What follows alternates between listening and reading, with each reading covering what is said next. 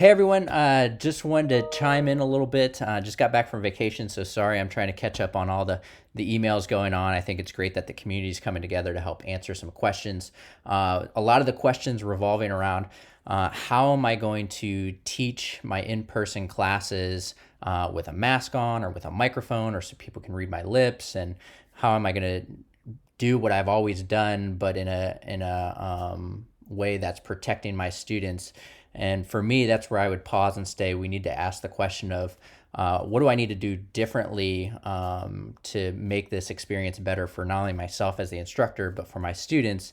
And I think doing something where you're actually able to just record or pre-record your lecture components of your class. Maybe that's 2 or 3 short 10-minute videos that you record and play back for your in-person class, and for those students who are watching online for your in-person class to participate in, and being able to maybe stop and have some discussions throughout the class at the end of each of those videos might help you as an instructor from having to just lecture for 60 minutes straight with a mask on and having a microphone and worrying about kind of accessibility things, whereas I can pre-record this from the comfort of my home with no mask on, without a microphone. Technically, I can easily plug one in for better quality. I can have it captioned ahead of time and then just share it with my students in my in-person class.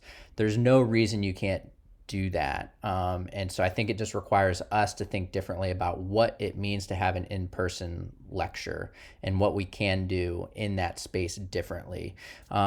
I know this won't meet everybody's needs or desires, but just having everybody pause and think differently about what it means to have an in-person lecture doesn't mean stand up in front of your class for 60 minutes with a mask on and talk to them, right? So what are some other options that we can kind of create a hybrid model here of doing some in-person things as well as doing some work ahead of time, recording your lectures. So again, I know this is just my thoughts for me personally.